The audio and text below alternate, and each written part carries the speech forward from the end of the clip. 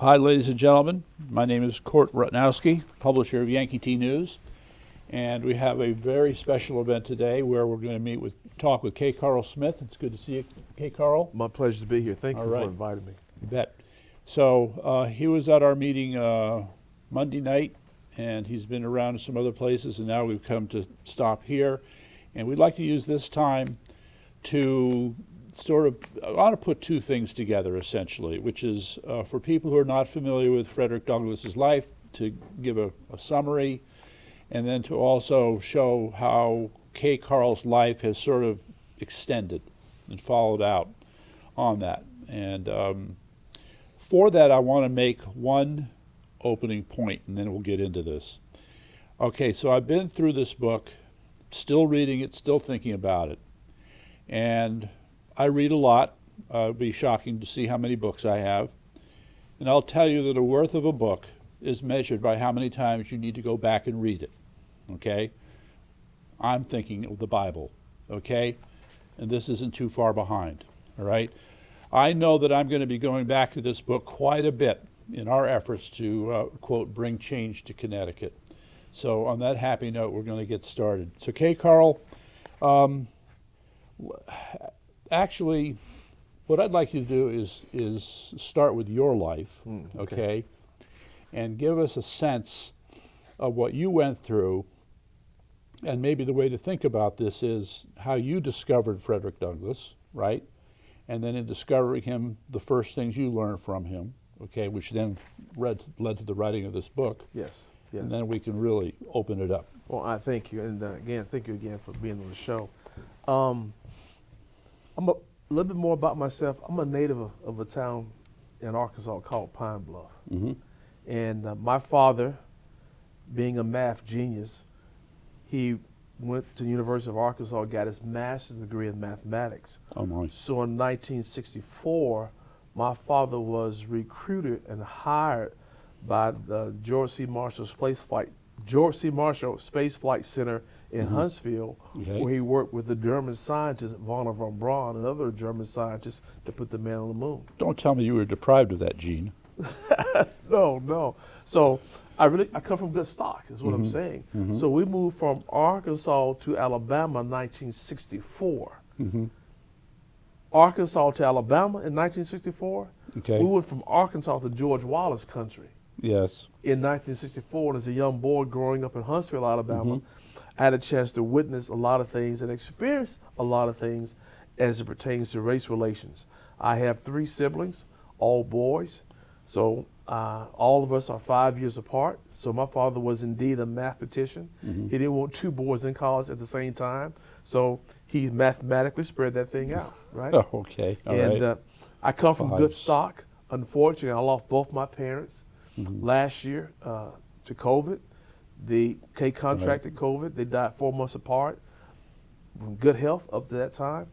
But through my research, I've discovered that my parents didn't die of COVID. In my personal view, my parents were murdered because of the CDC protocol of using remdesivir in the medical protocol in the hospital.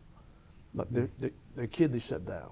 I just want to interject that as a person with a background in biology who studied this, I agree. The CDC protocol was horrible. You had nurses speaking out against it. So yeah. Yeah. So now, because of that experience, I'm of the opinion that going to the hospital is a downgrade in healthcare. So make sure you have your ivermectin in your medicine cabinet and get your oil of oregano, right?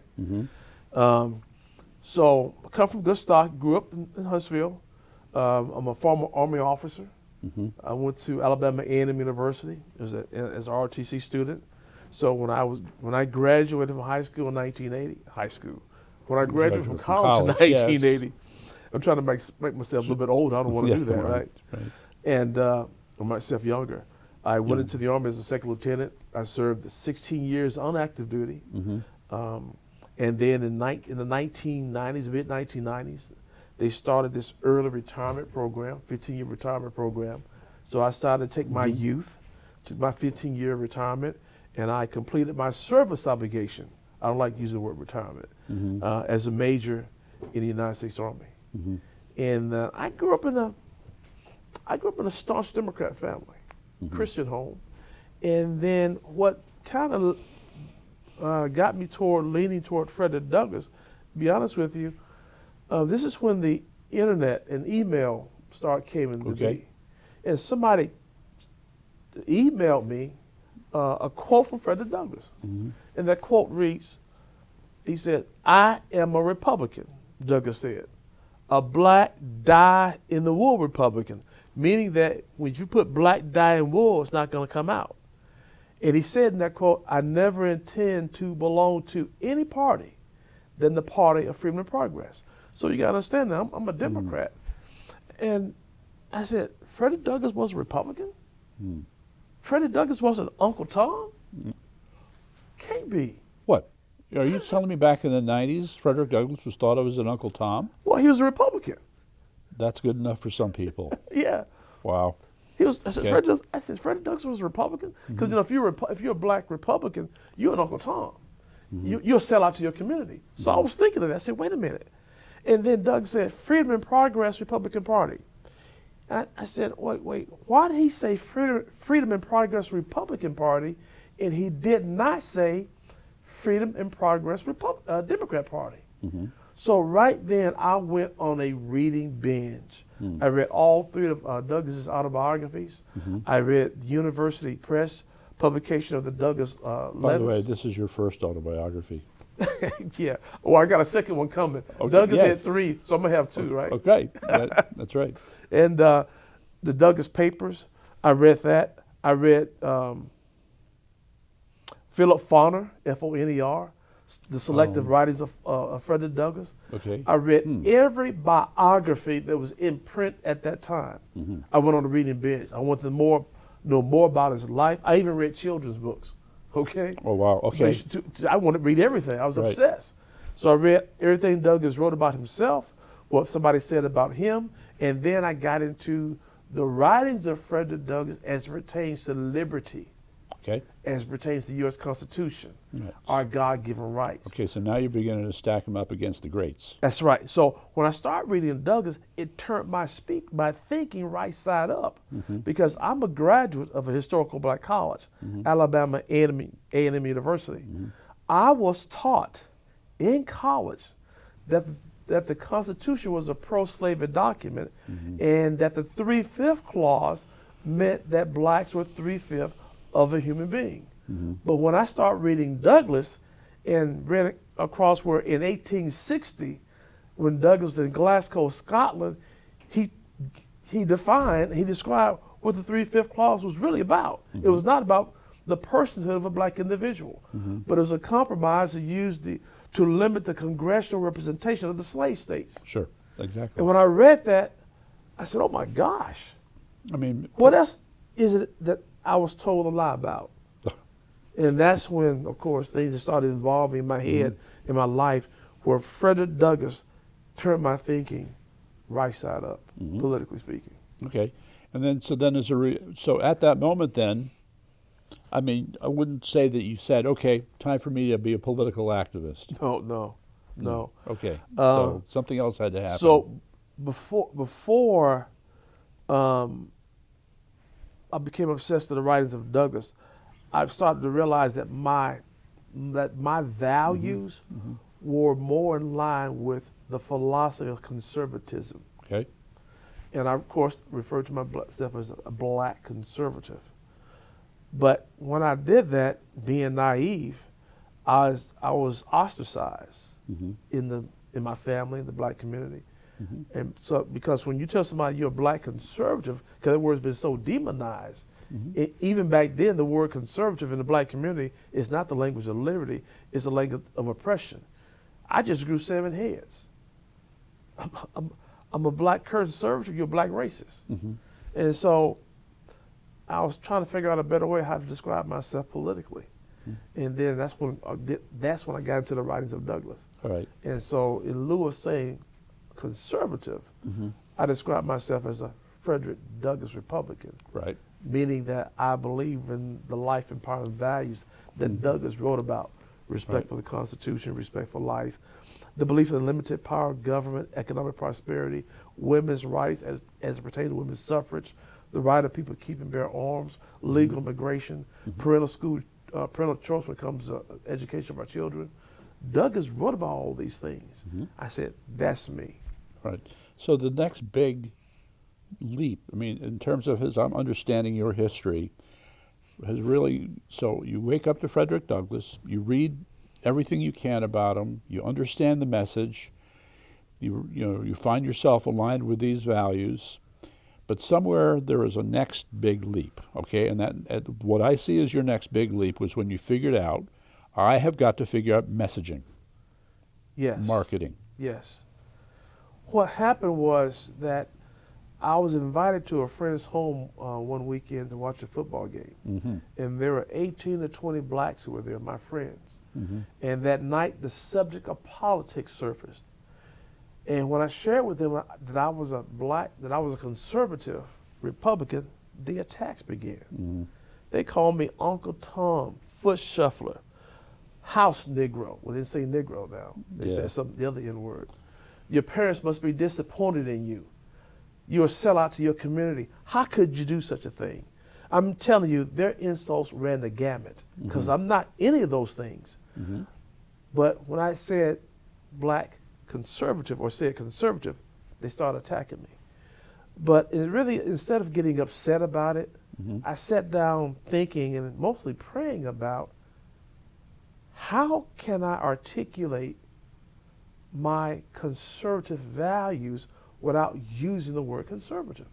Because apparently there's a problem with this.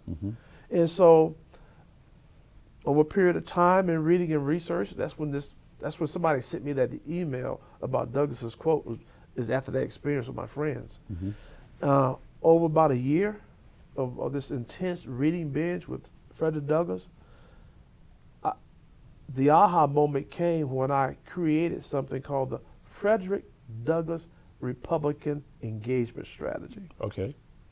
So a year later, after this reading, and God had really tweaked this message and strategy in me, I invited those same 20 black friends of mine to my home. Oh boy, return to watch engagement. The football game. Okay, yeah, all right. And reluctantly, Wow. they all came. And that night, the subject of politics surfaced once again. Right. And they said, okay, Carl, he's a conservative. I said, wait a minute. I said, I'm more than a conservative. I'm more than a Republican. I am a Frederick Douglass Republican, and I embrace the life-empowering values of Frederick Douglass: respect for the U.S. Constitution, respect for life, the belief in limited power of government, economic prosperity, free speech, women's rights. When I shared that with them, Court, all of them started talking about how they were a Frederick Douglass Republican too. It worked. Okay. So to me, as you're describing this, I know you told me this before, it's just, wow. From a purely salesman point of view, you're extolling the benefits of your, quote, product or message. And that, quote, carried the day. But, I don't know, this gets tough. At the same time, you're talking about values that they did identify with, right? Yeah. So it's just, the way I would want to boil this down is that we're victims of propaganda, okay? Most definitely. Yes. Everything you're citing, what was it, shuffler and... Foot shuffler. Yeah, all those things, that's propaganda, Sure right? It is. Okay. And that's what they believed. So you came up with a way to just talk through that and break it down so they could just go, oh, well, now I see a connection between what I really believe in and Republicans, but you had to use the name Frederick Douglass Yes. to get them to start to think about it. See, I didn't know at that time, and it really came to me later as I started thinking about it. Frederick Douglass is in my view, the ideal embodiment of conservative values. Okay. Those life empowering values that I went through, Douglass wrote and spoke about all of those values. Okay. You've started out by warning us to not use the word conservative. Most definitely, get rid of it. Stop Yeah, calling yourself that. Okay. So we're going to use this really awkward phrase, life-affirming values. I mean, Life-empowering values. life-empowering values. In lieu of saying conservative values. Right. And, well, we're still looking for another word then that captures all those things, but it's not the word conservative. No, get rid of it. Yeah. And, yeah, so we're still looking for that word. And some people, it's going to be hard to get rid of that label. Get over it. Mm-hmm. Stop Yeah. doing stuff you know it's going to lead to failure. I know a lot of people don't want to hear me say this, but you got to agree with me. That word is, that word has been demonized. Okay, let's talk about failure for a minute, because I started to ask myself the question as I was reading this. From the moment that Frederick Douglass said, "That's it, I'm out, I don't want to be a slave anymore," Yeah. to when he finally got on that train, how much time passed? I'm estimating it was about 16 years. So it took 16 years for him For what? to escape. 20 years. 20 years. 20 years. 1838. Okay. That's persistence. Yeah, that's persistent. Matter of fact, when you read Douglas' first autobiography, he really started to get the idea that slavery wasn't for him. Mm-hmm. Is because his grandmother started telling him stories. To understand now, Ah, yes. when Douglas Right. was born, his mother died. Then his grandmother died later. But Douglas said, his mother, I'm paraphrasing here, she said, "Baby, we hadn't always been slaves. Mm-hmm. Your ancestors in Africa were originally free." Mm-hmm. As a 6-year-old boy, Doug said, wait a minute now. He said, wait a minute. Wait a minute. If my ancestors were It's like, originally whoa. free, why am I a slave today? Doug Mm-hmm. said, right then I started putting my plan together for an escape That's at the right. age of 6, right? Right. So he understood that his historical starting point Mm-hmm. did not begin in slavery, it began in liberty. Right. That said, though, I mean, even the truth of liberty, okay, I mean, I'll just mention quickly, since we're going to get into history a little bit here, is there was that link I sent you from Jordan Peterson in which I said the first 20 seconds will blow your mind. And the basic message from Jordan Peterson is that the urge to liberty, okay, is inherent in human nature, all right? And if you attempt to mess with that drive for liberty, you're going to pay the piper. That's right. As the tyrant or the You dictator. start a revolution. Well, gee whiz. Yeah. Gee whiz. Yeah, yeah. And so just to make the point, going back to your grandmother's story, we have to remember that the key word was sold. Okay? Your ancestors were sold into slavery. So sold means there has to be a buyer and a seller. Right. So who was the seller? Yeah. You know, and yeah. That's a good point, because Douglas said he realized by being a slave, God didn't do this to him. Mm-hmm. Man did this to him. Mm. Somebody had to buy, somebody had to sell. You're right Okay. on point. Yeah. And so just to recognize that in a sense, that's a heck of a thing to say. Slavery is an artificial condition. It's a hell of an artificial condition, but it's still not in our human nature. And so there's this constant struggle for liberty. And the point that is made, there's a book called The 5,000-Year Experiment. Did you ever hear of that? I've heard it, never read it, but Yeah. somebody. So the basic argument of that book was that, and we've heard this before, that mankind has not really done a good job of living in a free, fair society for a very long time. And that when our forefathers or founding fathers in this country got together, they created an experiment that, in a sense, they argued, was a 5,000-year leap away from all the history that had preceded it. Okay? That's right. And so it's a funny, but they didn't get all the way, did they? No. Right. Real short. So somebody had to help them finish the jump. That's right. Good old Frederick. That's right. Yeah. right. So That's why I consider Frederick Douglass is by far America's greatest liberty messenger. Mm-hmm. I see Douglass as the forgotten prophet. And his message No, of wow. liberty resonates with people because, I have to agree with that. Absolutely. yeah, when you That's read right. the writings of Frederick Douglass and you read his admiration for Mhm. the founding fathers, Mm-hmm. his admiration for the U.S. Constitution, Mm-hmm. and his love for liberty, the conclusion I draw would be that how can you win an argument with a runaway slave about his admiration for the founding fathers and the Constitution? That's right. You can't. Right. So, so the funny thing is here, I'm going to say it, the liberals who've been busy burying and rewriting our history have made sure that we forget about Frederick Douglass. Who? Talk about rewriting history. Although I've got to qualify that. Well, no, you hit on a point because let me give you an example. If you don't know the truth, you can never recognize a lie. Mm-hmm. Here's the homework assignment. Go to the Democrat Party's website, democrats.org. Scroll down to the bottom, find the Our History link. When you click the Our History link, what pops up? The first part of the first sentence reads, and I'm quoting, Yes. For more than 200 years, we have led the fight for civil rights. That's a bold-faced lie.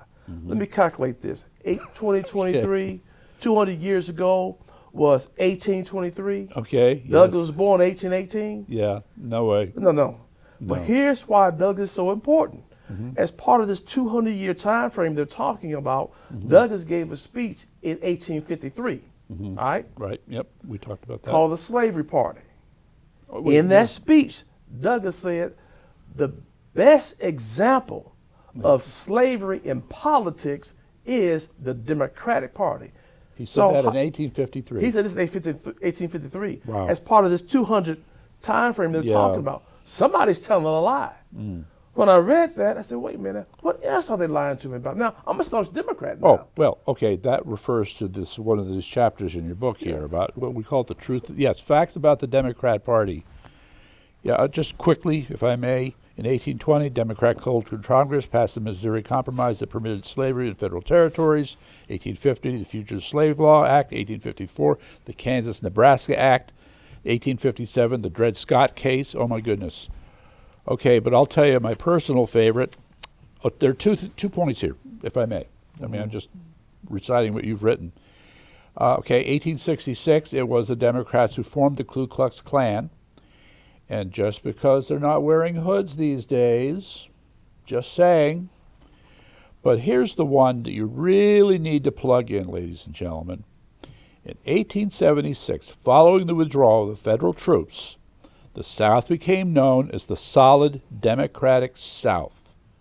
Well, think about that for a minute. Where did all the Republicans go? Gee. Okay, I guess they didn't want to have any part of this. And what happened when you had the Solid Democrat South? You had all that persecution, all that discrimination, all the ugliness of racism was on display doing its thing. Okay? Just ponder that. Anyway. Yeah. Now, here's the pushback that how the left would turn this around. Yes. Oh, that's good. That's great, KCarl. But now things are different because all the racism that was in the Democrat Party is now in the Republican Party. That's a lie. Because why? Racism has no political face. That's right. You made that point. They're talking about party realignment when some of the Republicans became some of the Democrats became Republicans, like the KKK, the Dixiecrats. But most of the Dixiecrats stayed Democrats. Yes, they did. That's right. Racism has no political face. Now, in my view, the Republican Party's bad, Democrat Party's worse. Okay. Excuse me. We can think of a few. Yeah. Yeah. Okay. So, all right. I want to interject this. Okay, with critical race theory, with I'm even going to throw in social emotional learning and DEI, you have this narrative where the whites as oppressors under all circumstances and only whites has created a racist environment now where everybody has mutual distrust, Animosity. and the problem is it's happening at the in the elementary school level With our children. This is unforgivable. This is evil because there is an effort, there's always been this effort, to maintain racial strife in America, keep whites in conflict with blacks to destroy America from the inside. Mm-hmm. Now, because there's a movement, they want us to forget all the gains we have made in race relations in this country. Mm-hmm. America's not perfect. We've come a long way. Mm-hmm.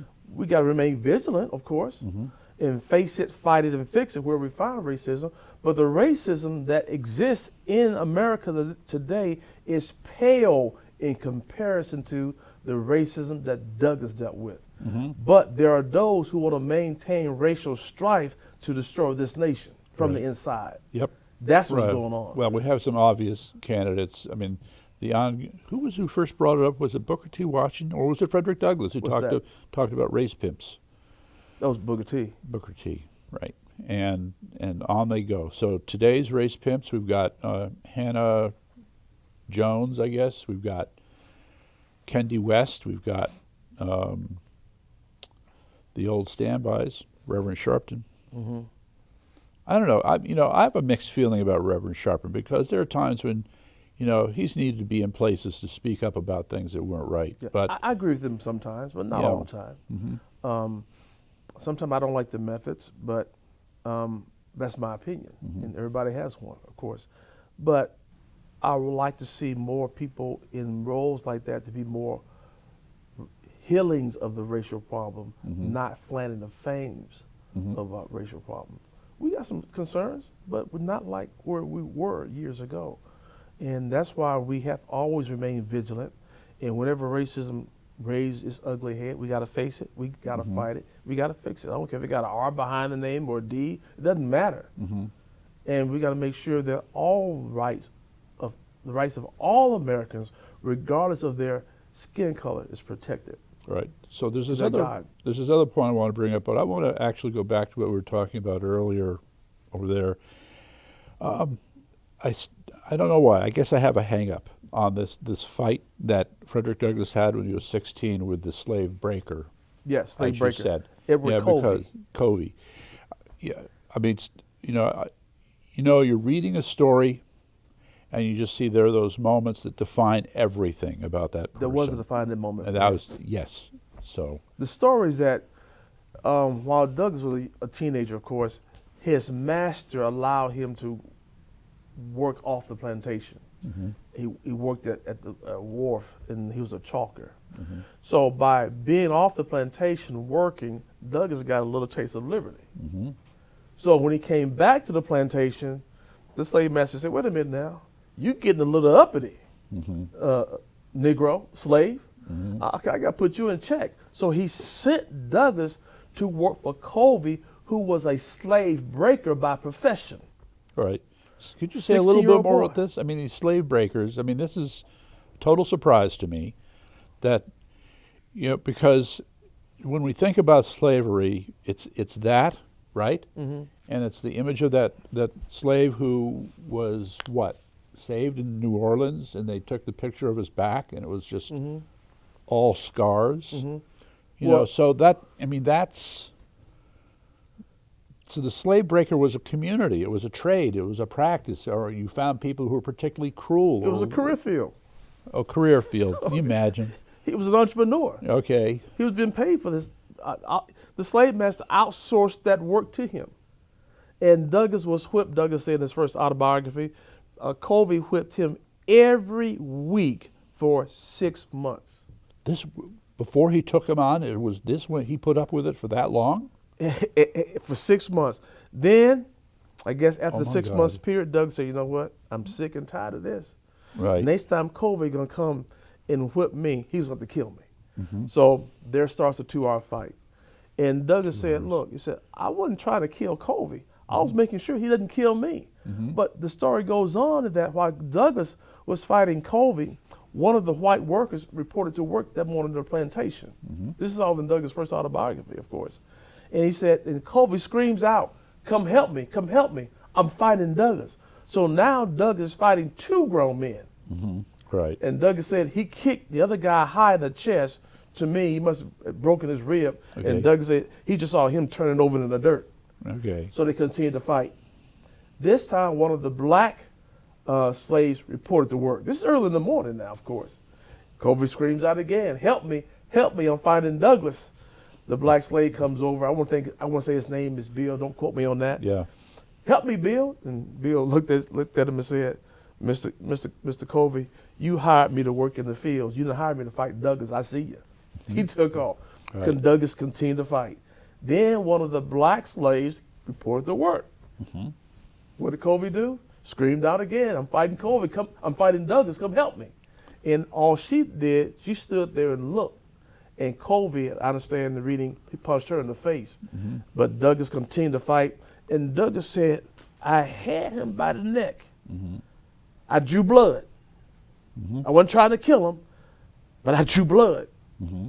Covey never whipped Douglas again. Right. And Douglas said that was a major turning point in his life because he said, my manhood rose. I conquered my fear.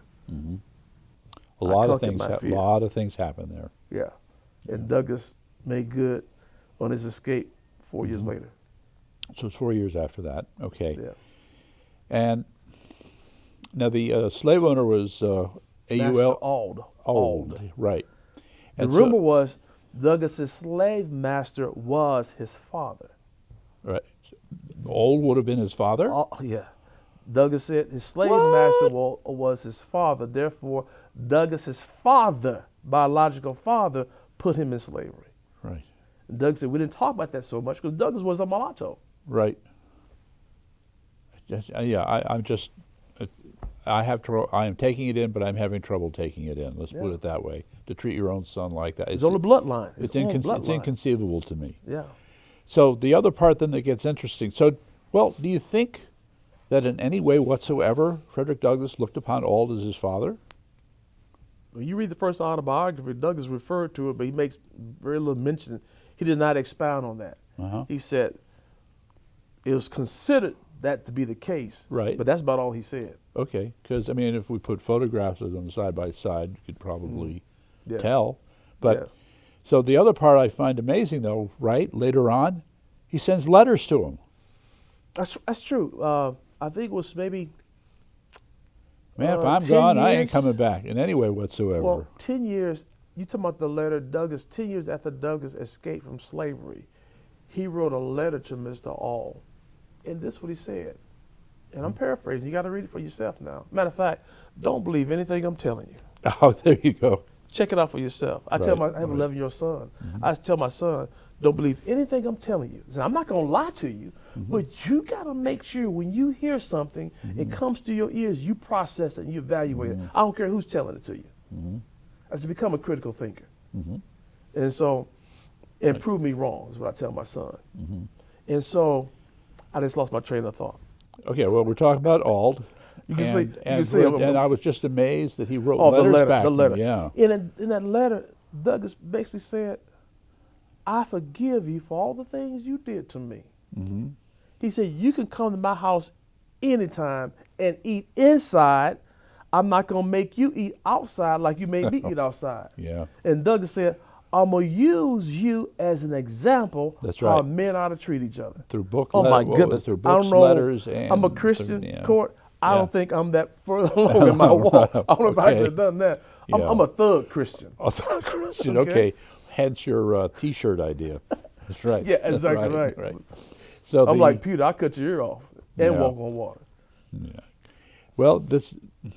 I'm joking, by the way. Okay, don't take that literally. Right, that's right. But thug Republican, I think we've got a new concept here. There you go. From street Republican to thug Republican. Well, let me get back to Doug. I got to get back to this. So Douglas wrote this letter. And so in this letter, Douglas said, I want you to free all 400 of your slaves. Wow. And Douglas said, until you do, I'm going to write about you in my books, which he did. I'm going to talk about you in my speeches, which he did. And I will call you out on Twitter and Facebook until you free these slaves. Yeah, well, that's it. If it existed, he would have done that. Well, Doug was the original blogger. Come on. Sure. Well. So within a year, Master Auld, because of Douglas's agitation and the power of repentance, Master Auld, a racist, that's right, freed all 400 of his slaves within a year. Okay, I'm going to throw one in. Okay. 15 years before the Emancipation Proclamation was signed. Okay. But I mean, here and there, though, you did have slave masters who had a change of heart Oh yeah, at various times. Yeah. And I make that point because with some things our children being taught under critical race theory that white people are inherently racist and have no quality of redemption. I just gave you an example when racism is at its worst. That's right. What they're being taught today is a lie. And there's many more going along with that. Yeah. So I did read that passage in the book. But now the other point might be, Mr. Auld was a Christian man. Douglas said the worst slave masters were Christians. Okay. They were the meanest. All right. They're the more vicious because they felt they had been ordained by God to make a person a slave and to do to them what you want to do, and even include indiscriminate killings. Okay. So the question was that, they were Christians, but what kind of Christians were they? Okay, but the notion, in Mr. Auld's case, I mean, the question I'm asking is whether or not some seeds had been planted by his being a Christian where, with Frederick Douglass nudging him, he finally wakes up and realizes, Of course, to be truly Christian. until that happened. Yeah, not until that happened. Right. Yeah, not until that happened. Because it would have been, without his being Christian, it would have been harder. Because Douglas said in that speech, I'm gonna bring you and the church on its knees to repentance. There you go. Read the first letter Douglas wrote to his former slave master. Right, of Matter which fact, there's he a wrote passage two. in the book. He wrote two that I've come across. Because a year later, after Mr. Auld had freed his slaves, Douglas came back and said, I have found out from somebody closely acquainted to your affairs that you have freed all 400 of your slaves.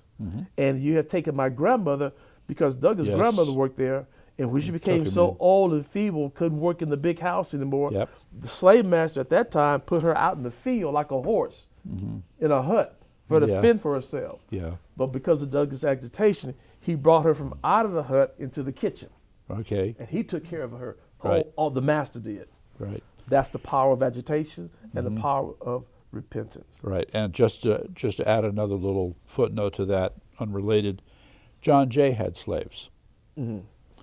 6. And they had an elderly woman, and they took care of her in their house until she passed away. Right. So, but the other thing that really surprised me from this book is how there were interactions between free men and slaves. I thought of them as living in two different worlds, but you have passages in here where it's like they could meet in a certain place, have dinner together sometimes, socialize. I didn't expect that. I think there's a few passages that Douglas put on paper where he had met and conversed with people who were free. Matter of fact, Douglas' first wife was a free slave, was a free person. She wasn't a slave. Yes, that's right. That's right. And of course, she helped him raise the money, spend her savings. She had 5 children? They had 5 children together, yeah. Yes, and one who died young, which was a shame, but yes. I want to think that's Rosetta. Don't quote me on that. Yeah, I think that may be Rosetta. Right, yeah. And so, yes, in his journey, so many people played a critical role along the way. It did. Mostly, it was women. You know, when I started studying Douglas's life, I guess he just had the way, didn't he? Well, men weren't there. Yeah. And I said, who mentored this guy? I said, what role models did he have? He had a mother that he hardly knew. He said he only recalled meeting his mother on 4 occasions. Wasn't there a pastor? There were several pastors once he escaped from slavery. And there was a religious guy, pastor on the plantation at that time that kind of mentioned him a little bit. But you talking about when Douglas escaped from slavery. When Douglas escaped 1838 at the age of 20, he went to the free state of New York. A lot of people don't know this. So when Douglas escaped from slavery, of course, he was a fugitive. And the slave master sent the bounty hunters to go look for his property, right? Douglas took on the last name Johnson. His original name was Frederick Johnson. Right, I remember that. Yep.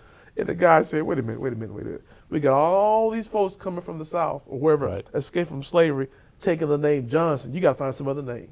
Yeah, right. Okay. And so the guy he was with was reading a poem by Sir Walter Scott entitled The Lady of the Lakes. Yes. Right. And in there's a family called the Douglas family. And Douglas said, that's the name. And Douglas added a second S to the word Douglas. So Frederick Douglass spelled his last name with 2 S's. And you want to know what the original Scotch meaning of Douglas is? I had no idea. Dark River. Dark River. Right. Learn something new every day. Yes. So the other part is, what was it? I'm just trying to remember. Yeah, the thought just escaped me, but I'll get it back. Let's go back to messaging for a minute. Sure. Because I'm struggling with that. Okay. All right. This is a confessional. I'm not that good as a salesman. Okay. But God keeps hitting me over the head, sending me back, saying, you've got to learn how to sell. And some people it comes naturally. Others, such as myself, I'm more of an egghead. I like to read books and thoughts and write and things, but that's not the same as engaging people. That's true. And so yes, but to do this, you really have to be able to engage people. You make the point in the book repeatedly that you have to talk to people. You have to engage them in conversation. Yes. So the way you grow into this, you start with your own family members, which I call in-reach. okay. The problem with a Sure. lot of conservatives and Republicans, they want to do outreach. Well, you're not ready for outreach. You can't even do in-reach well. So you start with in-reach. You start having conversations and dialogue at your dinner table, at the Thanksgiving dinner table. You talk to your children. You engage them. You practice on them. Okay, that's Okay? good. That's good. And then once you practice on them, which I call in-reach, then you go to outreach. Right. Oh. Outreach being you're talking to people who may not look like you and could be antagonistic. Yes. That's outreach. I've definitely got a tough nut to crack. That would be. Don't do outreach first. Yes, that would be my wife. So. There you go. Be a Right. good training ground for you. I don't know. I don't think she's trainable, but that's another No, I'm story. talking about you. Oh yeah, for me, right? But yes, so and because this touches on another point. But did I make sense to you about the Absolutely, message? yes, the inReach, Okay. yes, Okay. absolutely. You gotta do that so, first. and And that's biblical, by the way. well, how so? When you go back and read the first book of Acts, in the first chapter, the first chapter of Acts, Okay. after 3.5 years of training the disciples, Jesus sat down with them and said, don't you leave until you receive the power. He was referring to the power of the Holy Spirit. Okay? And then in that conversation, Jesus said, when you go out, I want you to go to Jerusalem, Judea, Samaria, all the parts of the earth. You got to follow the process now. Jerusalem, Oh, Judea, okay. Samaria, all the parts of the earth. Yes. Where is Jerusalem? So he's saying Jerusalem it's is the your heart. community. It's where you live. That's your precinct. That's your family. That's in reach. Right. Then you go to Judea. Where is Judea? Those are communities outside where you live, other precincts, Yeah, and not far away. and not far away. Right. That's also in reach. Then he said, go to Samaria. Now you may go into a community that may not look like you and could be antagonistic. Because remember now, the Samaritans and the Jews did not get along. That's outreach. You don't go to Samaria first, right? Yeah. In reach first. Yeah. I mean, because the way I want to. All right. Point taken. Gotcha. And it's plugged in. You can bet on that. The part though that becomes a struggle is this. So call this a confessional. Okay. So we had this special election in Stanford. You might have heard some reference to it. One this Monday past night. week? Yeah, just this Tuesday night. Yeah. So there were three of them, and one of them was in what's called the 148th District in Stanford. I lived there for 8 years, and I have been involved in the Tea Party. I came back there. Something keeps calling me that says, go back there. You've got work to do, okay? So I've come to know that district like the back of my hand. Okay. And the mission is, if I may, think of Republicans as Christians and Democrats as not so Christian. The Christians are outnumbered 2.5 to 1 in that district and filled with a bunch of agnostics. And so the challenge to me is how to convert them. And I've had ideas about it, but I can tell you the things that you've explained have really just opened it up in a way that I hadn't thought about it. I think the big challenge is stop trying to convert, but make them aware. Okay? Okay. That's the Holy Spirit's job to convert. Mm-hmm. My job is to make you aware. Okay. And when I make you aware, the accountability is on you. Right. And I will say this: no, there's some Christians down in the Democrat Party too. Now, you guys, I grew up in a staunch Democrat Christian home. Right. My parents were Democrats. Mm-hmm. My parents were Christians. Mm-hmm. But you have these elitists in both parties Mm-hmm. who are selling us out. You got that right. Yeah. So it's not the person who normally votes Democrat that I have a problem with. Mm-hmm. It's the elitists in those parties who's taken that party in a way that's anti-God, anti-our republic. Mm-hmm. That's what I have a problem with. Okay, well, just, and any Republican that goes along with that. all right, well, just to paint this picture a little bit more in terms of Connecticut, we have before us right now a series of bills in the state legislature that are being weighed heavily. One is to deny parents the right to know that their child has been vaccinated. That's evil. But that is a bill that the Democrats have written up. They've put it before a committee and with the intent of having it passed into law. Another is a bill that says if you don't vote, you're going to get fined. Who ever heard of that? Oh, the Soviets. That's right. I'm sorry. And then there's another one about teachers being able to protect the secrets of children. It's obviously built around transgenderism. But the whole notion that a teacher would be able to withhold information from the parent about a child is itself abhorrent to me. Here's why Douglas, again, in his writings are so important. Mm-hmm. And let me set it up this way. The techniques of oppression Mm-hmm. used by the plantation slave master Mm-hmm. are identical to the techniques of oppression used by a slave government, communism.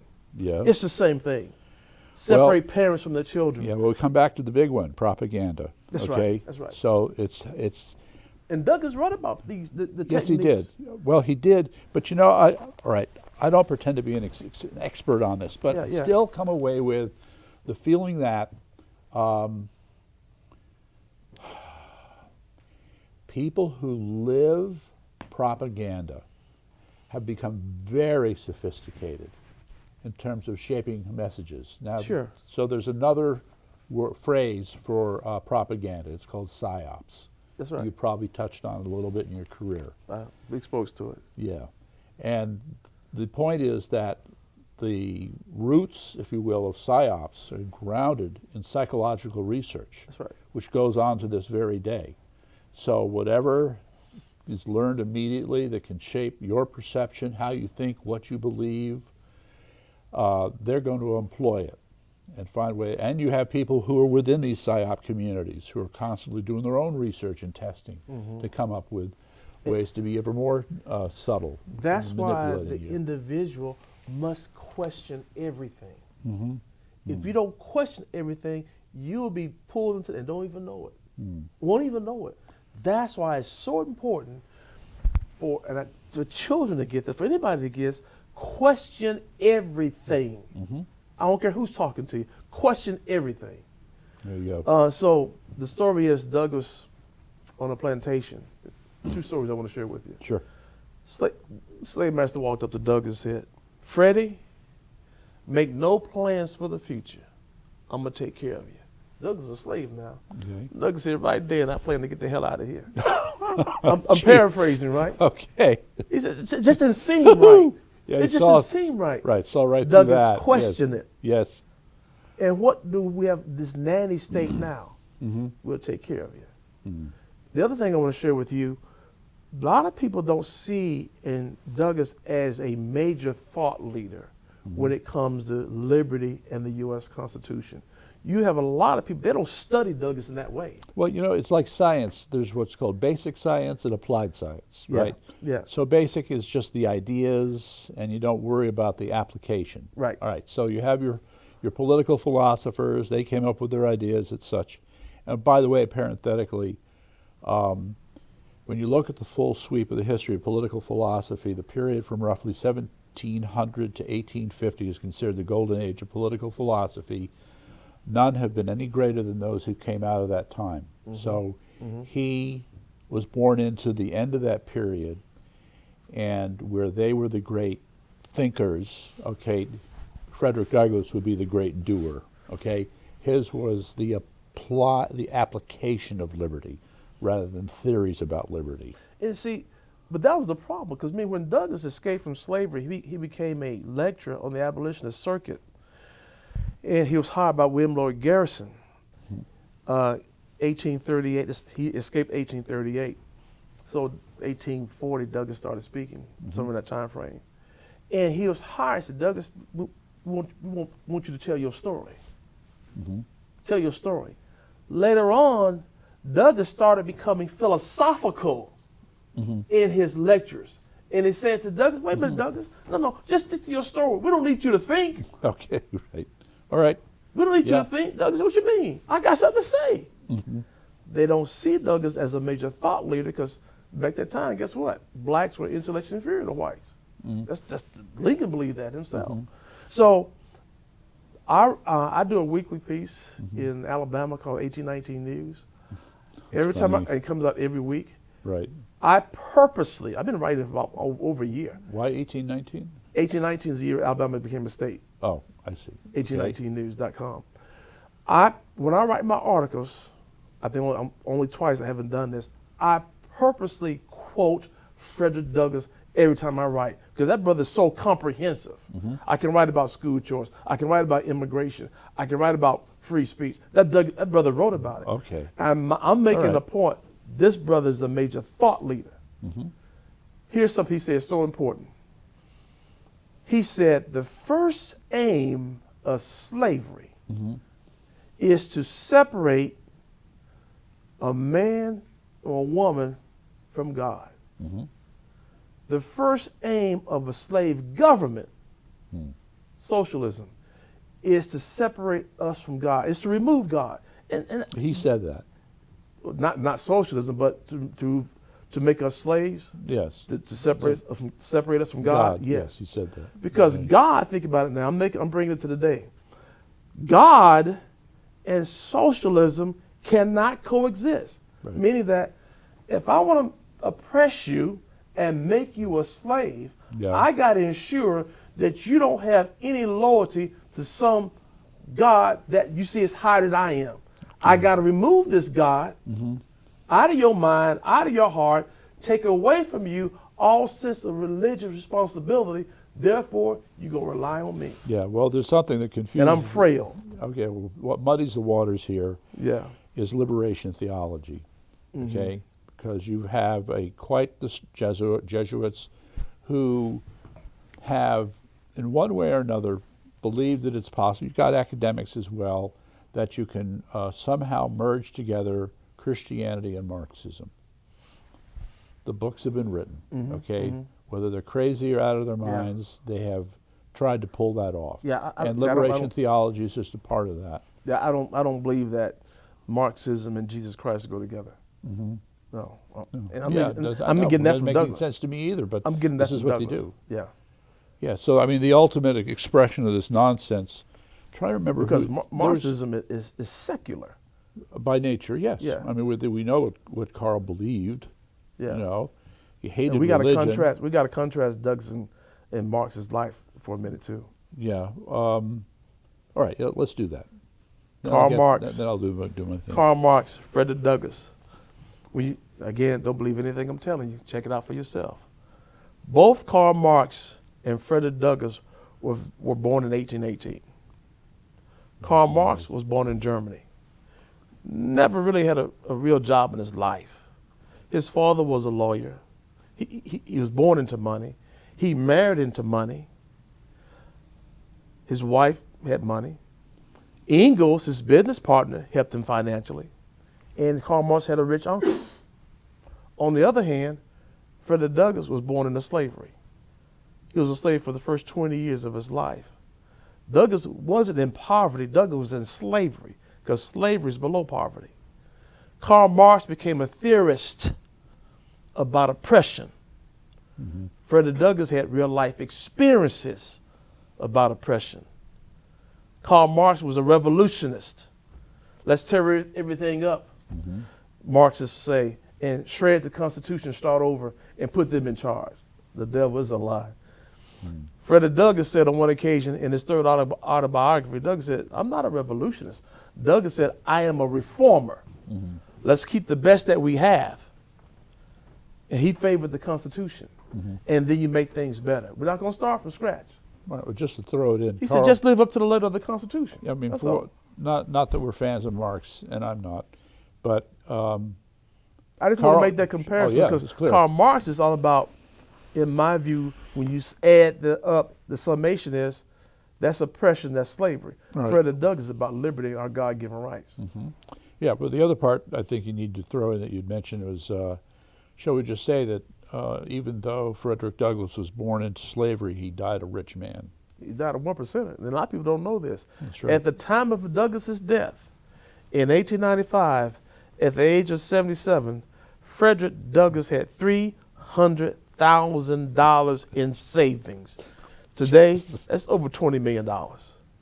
Right. Stingy guy. Each of his books were bestsellers. Yep. Yeah. He had investment property. Yes. He was a lecturer. Well, he understood entrepreneurship early on. You know what? What he did was, he discovered his God-given gifts. He discovered his God-given talents. He took his obsession, and he made a profession. That's the key to success. Discovering your gifts and talents. And making an obsession. And to a profession. Right. So there's that. The other part that I want to go back to the propaganda thing, because it's really important. There's it was just part of a sentence in the book, and when I read that, I go, holy crap, he's right. And You talking about Douglass? no, you were talking about conservatives. No. Anyway, I just also, because I did do that, because again, the point has been made several times, but KCarl really hammered it here in the book. It's important to keep the point in mind. That is, that people will rarely ask you, in this case, if you're wearing something, about your shirt. All caps, you must be prepared to initiate the conversation. So true. But the other thing that's so true here, the greatest challenge facing the conservative movement is its inability to win the propaganda battle. That's right. Oh my God, is that true? That's right. Okay. A lot of people don't see, Court, there are two battles taking place in the political arena. You have the battle of ideas. That's the second battle. And those who are liberty minded, we have the best ideas, because we want everybody to prosper in the God-given rights. Then you have the battle of propaganda, and that's where conservatives are getting their clocks cleaned. And is it because we like to be so focused on truth and being right, so to speak, that it's just that much harder to sit there and say, I'm just going to make something up to upset them so I can win the argument? No. We don't think like that. No, it's because conservatives do not understand that they have lost the propaganda battle. Just haven't, we have. So don't here's get my that. point. Here's Okay. my point. Here's my point. If you are here engaging someone, understand now, as a conservative, you have been demonized. That word has before you get a chance to speak. So when you speak, because of propaganda, I'm speaking to somebody that's a racist. I'm hearing somebody that's a racist, right? I'm hearing somebody speak who's an Uncle Tom. There's nothing a racist can tell me.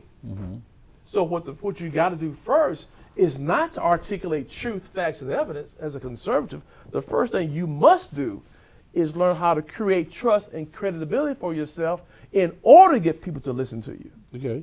Well, That's what's missing. so You got to know how to trump the race card, pun intended. Okay. So, I mean, again, in a state like Connecticut, there are so many people who automatically hate conservatives. That's right. Yeah. Automatically. Yeah. And it's the same mindset So that's as why your we got to friends at stop the using the football word, number game. one. That's Sorry? why we got to stop using the word.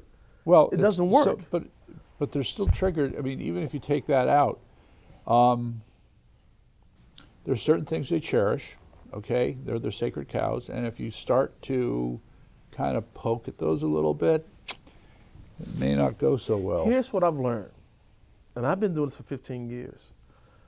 I'm kind of good at this, is that most of the people who've been indoctrinated into Marxism have never been taught or introduced to the liberty message of Frederick Douglass. At And all. once they hear it, unless they're making the Kool-Aid, Yeah. Yeah. you see an awakening happening. Because why? You can't play the race card on Douglass. Douglass wasn't a racist. He was a victim of racism. See, there are different takes on this. Just to throw these other things in. Let me, as background, little known fact. When there was a communist party in the Soviet Union, would you care to guess what percentage of the population was actually a member of the Communist Party? Probably, I would say, very small amount. That's right, 10%. Yeah.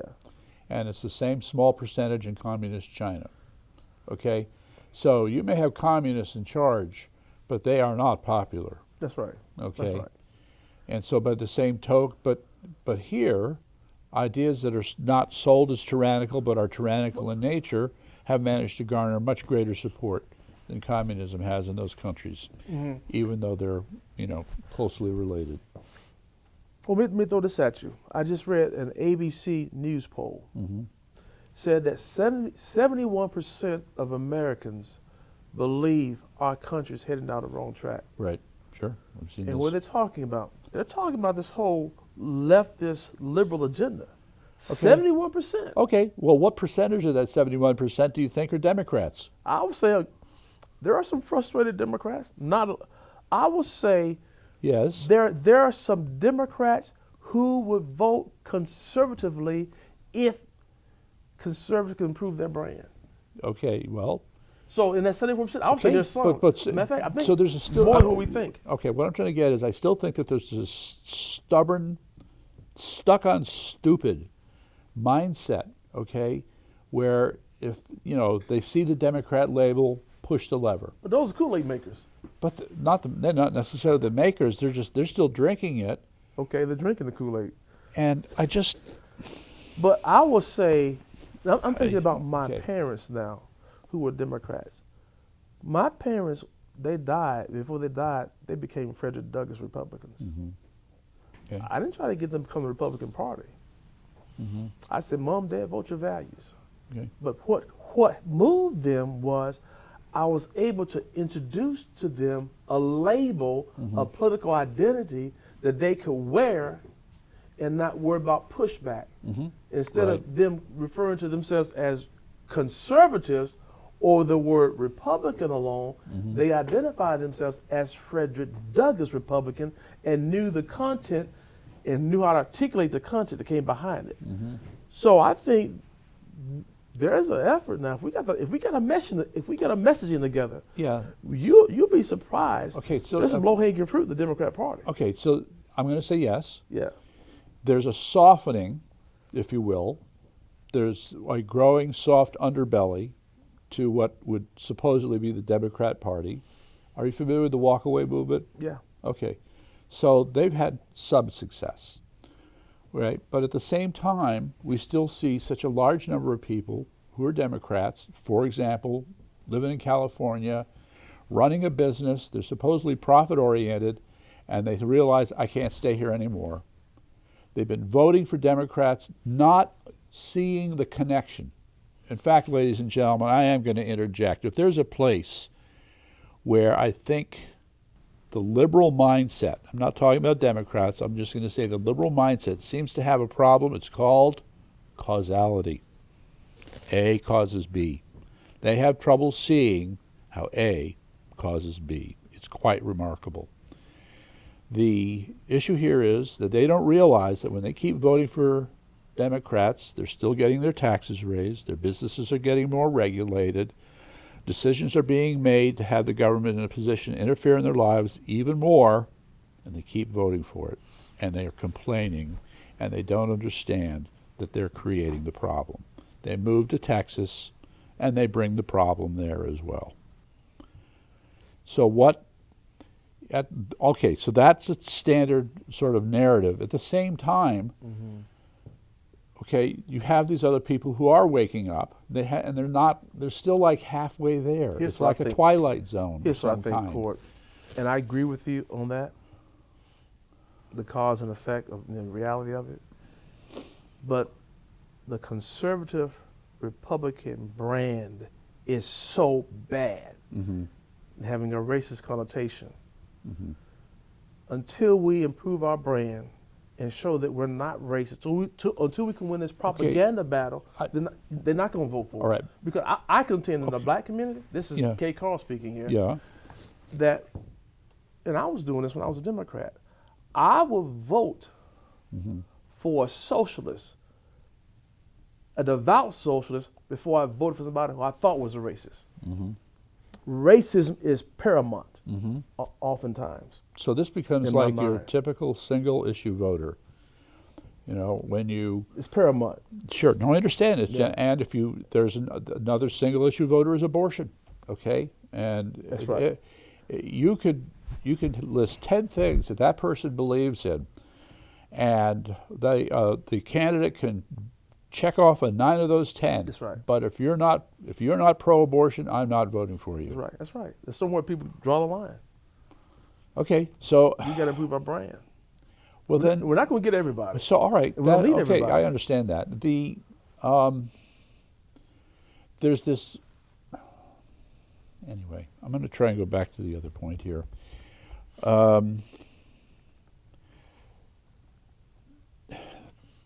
There's the stuckness, I think, is what I'm stuck on. All right, and I just see it repeating itself over and over again. All right. I saw it in the special election, okay? People who, I just went through a list of what the Democrats are doing in Connecticut, and you still had Democrats winning in these special election races. The information is out there, and still, in spite of that, they still pull the lever.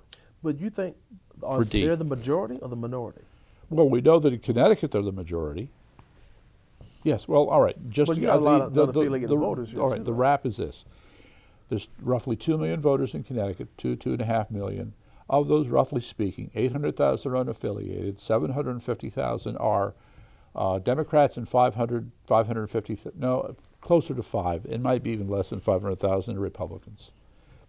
So, we're outnumbered, big time. But you got these unaffiliated voters, right? Yes. And so, and then, well, where did they come from? First of all, frustrated Republicans and frustrated Democrats. That's too. Right. Both. So if conservative Republicans improve their message, you can get that. I want to believe that. All right. Let me try. Why are they unaffiliated?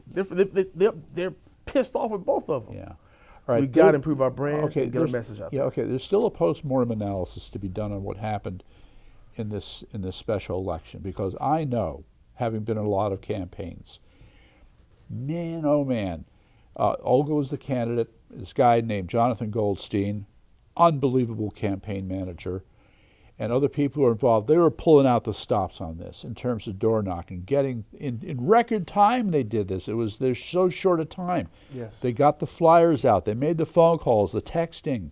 Okay. So they reached out into their community about as good as you can expect, and still only got 383 people to come out and vote. But here's what a lot of people are missing. When you tell someone that you are a conservative, because the brand is so bad, the left has demonized the word, you just gave them a reason not to vote for you. Well, okay, the ones that didn't show up and didn't, well. That's why some of the unaffiliated voters all right, but this comes back to what you're saying before. The first presentation is about values, right? The first presentation is to create trust and credibility for yourself so you can talk about values. You got to get them to listen to you first. I'm not going to listen to somebody I think is a racist. So talk to me, introduce to me, establish some credibility to me why I don't think you're a racist. That's the first thing. Okay. Then you can talk about values. Right. You can't talk about value first, and I'm thinking you're a racist on Uncle Tom. Okay. That ain't going to work. All right. That's the problem. That is the problem. A lot of conservatives think they can go into various communities, talk truth, statistics, evidence and facts ain't going to get the vote. But you don't have any credibility. Guilty as accused. You don't have Right. any credibility. Yeah. We got to improve our brand. And you got to prove to me you're not a racist. All right. That's the propaganda that has to be won. Again, to your point, as we've been going around on this, it's presenting the Frederick Douglass message. Being a Frederick Douglass. Frederick Douglass' liberty message is the answer that will save this nation if we're wise to leverage it. Right. So there's no one else. So the funny thing is, because I'm still a student of what you're teaching here, and the thing that gets me, I'm going to use a curious metaphor here. There's something called the Continental Divide. Okay, so it's that place where the mountains come up. If you were to pour a cup of water right down that line, half will go to the east and half will go to the west. Okay. However, if you go a little bit further north, you'll come to a place where if you pour the water, it will go to three places. It will go east, west, and it will flow north. The utility, the importance, the profound message, the lesson, if you will, that can be applied here ends up in at least three places with what you're teaching here. Okay, and I'm still in a process of really appreciating how that's true. Now, I'll just mention that I know that with the people I'm working with in Guilford and in other places, the discussion is going to be, how do we create, after you go, a Frederick Douglass club or society? How do we make this for adults? How do we get this into the schools? Okay, starting with Guilford. How do we do it? It's going to be go back to coming up with our own strategy that, recognizes who we're dealing with here. Because the fact of the matter is if you saw, for example, some of the tweets from some of the parents, okay, as well as the kids in the Guilford Public School system, you would be really distressed, okay? Arrogant, insulting, self-important. And I guess from what you're saying, the second they think of you as a racist or they think of you as a conservative, that's all they know. Okay, they're just going to keep throwing those insults at you. That's what they teach in college now. So and college. But so to walk in there, the point is that there's the need for a way of messaging, and what you've described to me is going to turn out to be, I think, very effective. It's a game changer. Yes, and it is. Based on my experience of doing this for 15 years. Yeah. Marxists, the left, they have no answer for Frederick Douglass, and they never will. We got to be wise, those of us who are liberty advocates, to leverage it and save this nation, save this republic. Right. Well, it's the leveraging that gets interesting. In my personal view, send the left back to France. That's a good one. That's right. All right, back to the guillotines. Yeah. Right. So, no, Douglass is the answer. Douglass is the way of messaging to help restore our republic and get back to what America stands for in terms of what's in the Constitution, right? Which is being attacked. Getting to the school system, what's next? The call of action is this. We, as individual liberty advocates, those of us who concern and believe in our God-given rights, we must become better messengers of liberty. We got to know how to have conversations with people, not confrontations. We got to know how to be on the offense and not be on the defense. We got to come out of the closet. I just read the other day some actor, Isaiah Washington, he decided he's going to retire from acting and he's going to travel the country to stop socialism. And he pronounced himself to be a Frederick Douglass conservative. Wow. Okay. That's not going to fly. As to your point, yes. Right. Okay. Yeah. Somebody need to get that brother in contact with me. Wait, help him out Isaiah Washington? Because we'll hunt him down. Got to understand some things. But my point is, the school system, those in charge of the school system have an agenda. How do we get Douglass in there? We got to come up with a curriculum, which we do have, that is totally non-political. It's all about education, about the importance of liberty. Okay, we so got to push that in there. have you developed a curriculum? It is developed, yes. As a matter of Okay. fact, I got to get back. We got to put some finishing touches to it, but it's developed. All right. And Well, you heard a lot of that. okay. Yeah. Well, you got to send it to me. Yeah. Okay. And the other thing is, Says- it's all about the individual. See, we can't wait for some politician to come and save us. We can't wait from the cavalry to come. The cavalry's not coming. Mm-hmm. Those of us who are liberty advocates, we're the cavalry. Right. Well, everything you're saying on this point, education is where it has to start. Yeah. And so I'm going to put in a plug for another group that we're forming called the Greater Education Council of Connecticut. And taking something like that curriculum is going to be critically important. Yeah. I- And, well, my but personal opinion, so- we need to boycott these schools. I have an 11-year-old son. My Yeah. brother now, we're starting a school. Okay. It's called the Frederick Douglass STEM Academy. Okay, I'm so- not going to wait 20. I can't. You get one opportunity to get the Yes. education of your child right. I can't wait 20, 30 years to get the No. education of my children, grandchildren can't. right. That's So right. we're going to start a school. You know there's It's a private Frederick Douglass, Christian school now. right? You know there's a Frederick Douglass Academy in New York City, right? Yes, there's a lot Right. of Frederick Douglass academies across the country. Wow. Okay. Yeah, that bears that name. All right. But our will be the Frederick Douglass STEM Academy. The center of our curriculum is be science, technology, engineering, and math. Right. Now, having taught science for 5 years after school to kids, I appreciate this thing called STEM, which of course turned into STEAM. But I want to turn it into STREAM. So that's science, Reading? technology, reading, Yeah. engineering. It should be arts and math. Here's a surprise. Are you ready for this? What is the most effective way in which kids learn science? Hands on. Nope. Tell me. Reading. And you have to have the hands you gotta- on. you There's gotta be no, able to no read. question about it. You got to be able to read. But yeah. the thing is, okay, it's the thinking you do with your hands, okay, and that's where the reading comes in. Reading is crucial because Yes. that's what made Douglas so successful. He was an avid reader. Mm-hmm. When you go to Anacostia, D.C., right outside D.C. area, and you tour Douglas's home, you walk in his study.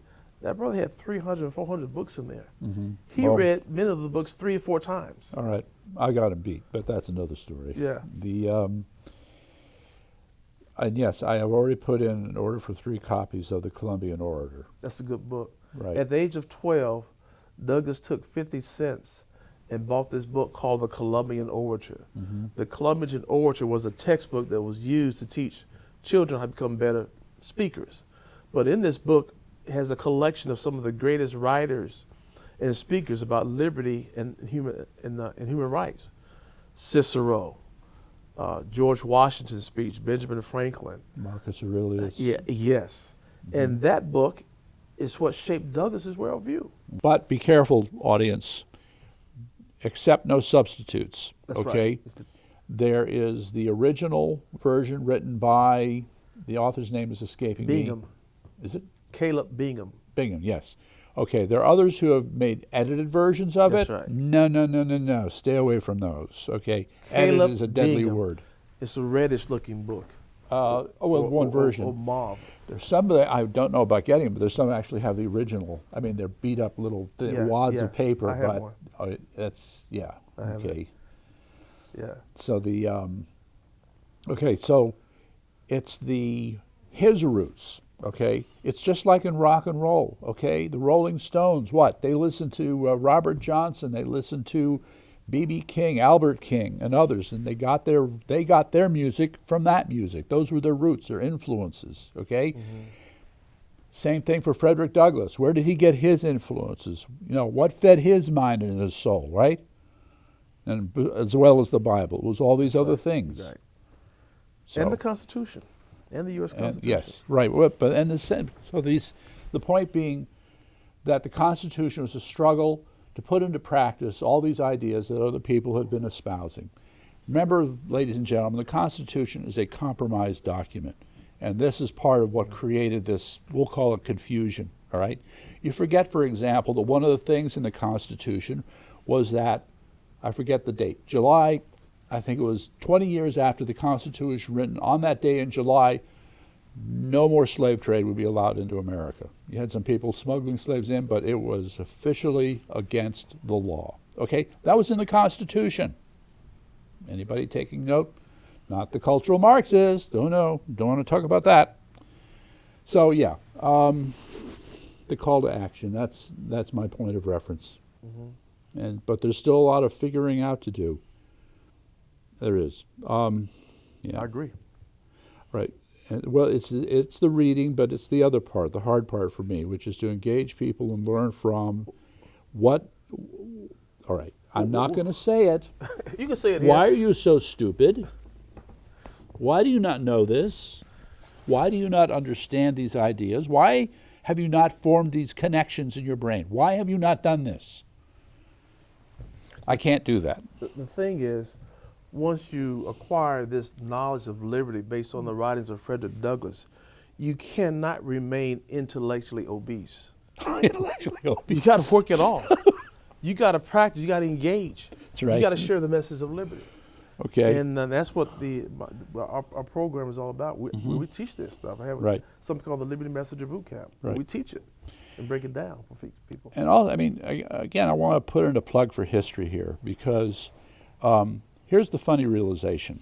If you were sitting down and learning, I don't know, Algebra 2, okay? So you got a series of chapters, all right? But you don't realize is that the stuff that went into the thinking that created Chapter 1 was done, say, in the early 1700s. That's right. Chapter 2, you didn't have mathematicians working on that until the mid-1800s, okay? So there's all this stuff. It's a carefully structured collection of things that have taken hundreds, if not thousands of years to develop so that you too could be tortured with Algebra 2. And I think, you know, the ideas that we gather, and it speaks also to the Constitution, is how this bringing together of such a long process of learning and mistakes to finally come up with something like this. It's key that we have to protect the innocence of our children. That's why I'm against all this push stuff into our school system that parents don't know anything about. They keep parents, the intention is to keep parents out of the loop. But we have to protect the innocence of our children. They're corrupting our children. That's a concern. All the more That's evil. Yeah. I just, you know, in Connecticut we have several groups of parents around the state who are doing what they can, but you have in place the government in power who is pushing all this horrible stuff. And so that's it's the problem. quite the battle. Our social institutions that are there to promote our culture are failing us. They've been taken over by the left. That's why they're failing us. I believe that the last line of defense to save our country rests with liberty-minded parents and grandparents because the social institutions have been taken over. So parents and grandparents got to become better messengers of liberty and know how to educate and awaken their Marxist indoctrinated family and friends. Well, the way I would add to that is that we have to create our own institutions. That's right. Okay. Start our own schools. Exactly. I'm sorry. And institutions. I confess that for me, the word hierarchy used to be a dirty word. Now, not so much. Yeah. Got to. Yeah. Okay. Well, I have that feeling we're kind of like at the end here. Oh, now, did you have to do that, Paul? I mean, really. Okay. So, Carl, hopefully people will get something from what we've talked about. Yeah. Personally, I cannot thank you enough for what you have done in coming up here and coming to our meeting, coming here, and the groups that you went to. And like I said, if I don't have this book under my pillow, it'll certainly be next to it. Well, thank you for inviting me, and it's been a pleasure to come into this great state of Connecticut and to do what we have to do to save our nation. And I think Connecticut is a place where this is the bluest of blue states. It'll be the last one. And the message of liberty is needed here so badly because I do believe with the right funding, you can turn Connecticut toward liberty in one or two election cycles once we get a message right. Well, we're going to have to discuss that afterwards. Yeah. Yes. Thank you. All right, thanks. All right, thanks you, ladies and gentlemen. So that brings us to the end of this session, and hopefully a lot of people will watch this. And hopefully there'll be some information that'll be put up where you can contact us. But for me, if you wanted to contact me, maybe you can give your email too. But my email is yankeetnews@gmail.com. Yeah, if you want, just email me. It's KCarl